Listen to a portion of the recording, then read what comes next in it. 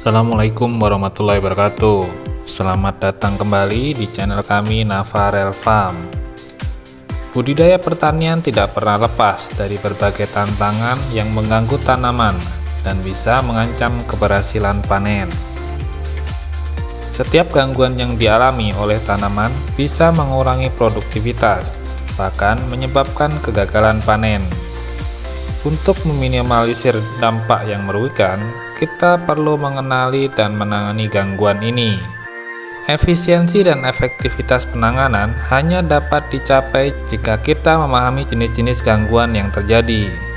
Gangguan pada tanaman bisa disebabkan oleh faktor biotik seperti patogen dan hama, atau faktor abiotik seperti cuaca, kondisi fisiologis tanah, dan atmosfer. Mari kita pelajari bersama bagaimana mengenali gejala-gejala ini dan menentukan penyebabnya dengan tepat. Bergabunglah dengan kami dalam video kali ini untuk memahami lebih dalam tentang faktor-faktor penyebab gangguan pada tanaman dan cara efektif mengatasinya.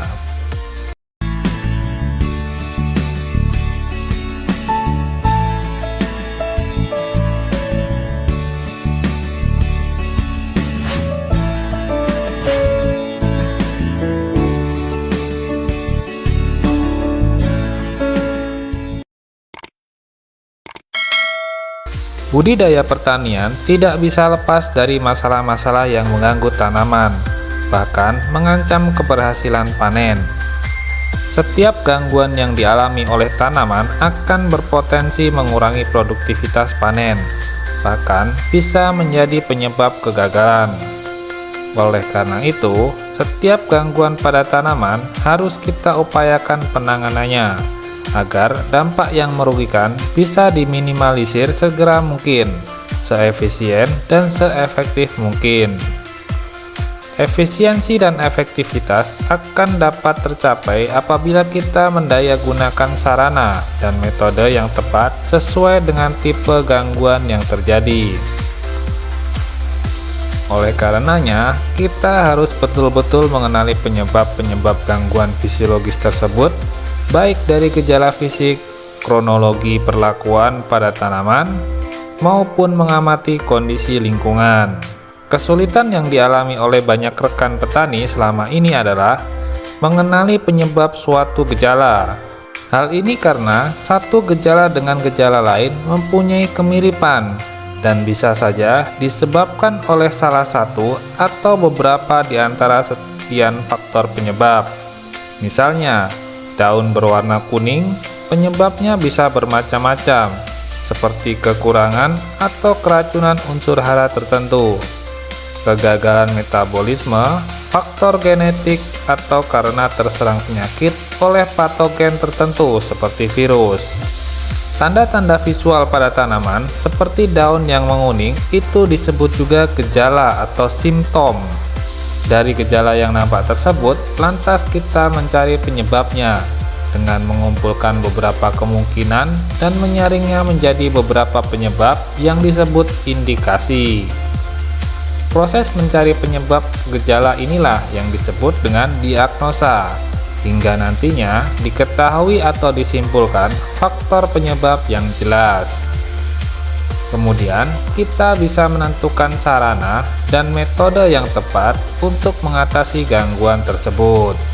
Untuk dapat menerapkan teknik diagnosa dan penanganan gangguan tanaman, kita perlu mengenali tipe-tipe faktor penyebab gangguan pada tanaman.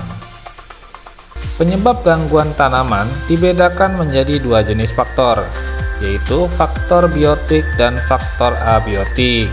Dalam video ini, kita akan fokus pada faktor biotik saja. Yang pertama, kita mulai akan membahas faktor biotik. Gejala gangguan pada tanaman yang disebabkan oleh makhluk hidup atau organisme disebut juga faktor biotik. Faktor biotik dibedakan menjadi yang pertama, patogenik. Disebabkan oleh mikroorganisme yang menimbulkan penyakit atau penyimpangan metabolisme, diantaranya jamur, bakteri, dan virus. Gangguan patogen ini bisa menyebar luas pada satu tanaman dan menular dari satu tanaman ke tanaman lain. Untuk mendeteksi organisme pelaku dari gangguan patogenik ini sulit dilakukan dengan mata telanjang dan membutuhkan alat seperti mikroskop. Yang bisa dilakukan untuk mengenali pelakunya adalah dengan cara mempelajari dan mengamati gejalanya.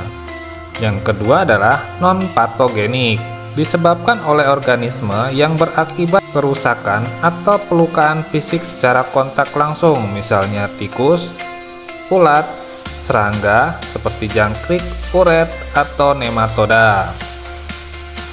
Organisme pengganggu non-patogen inilah yang biasanya disebut dengan hama.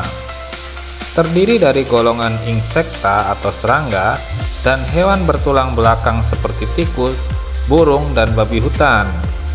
Meski tidak menular, perkembangan populasi dari hama-hama ini dapat menimbulkan kerusakan yang lebih luas dan menjadi vektor terhadap infeksi organisme penyebab patogen.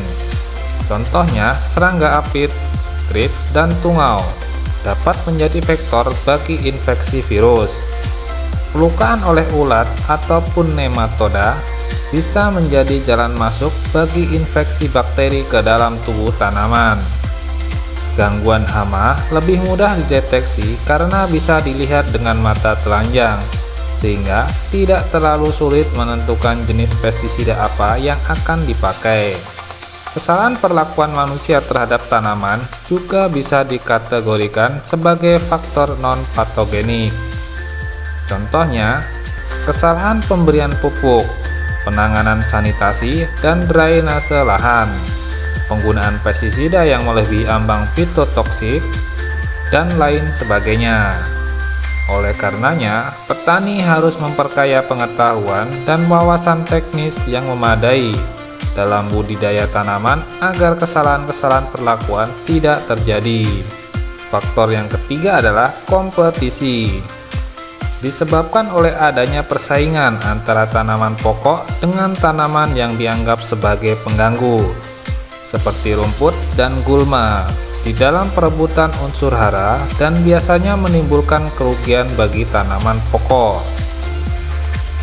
Dalam persaingan ini, tumbuhan gulma yang secara alamiah mempunyai ketahanan lebih kuat dibanding tanaman pokok yang dibudidayakan, akan memproduksi zat alelopati melalui akarnya.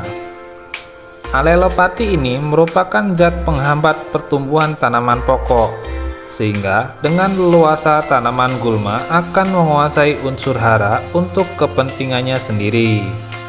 Kompetisi ini tidak hanya terjadi antara gulma dengan tanaman pokok, tetapi juga antara sesama tanaman pokok yang dibudidayakan secara tumpang sari. Terjadi pula antara tanaman inang dan tumbuhan parasit yang membajak nutrisi secara langsung dengan cara menempel pada tubuh inangnya. Cukup sampai di sini dulu mengenai faktor biotiknya. Dan untuk faktor abiotik akan kita lanjutkan pada video selanjutnya atau part 2. Ada kurang lebihnya mohon maaf. Wassalamualaikum warahmatullahi wabarakatuh.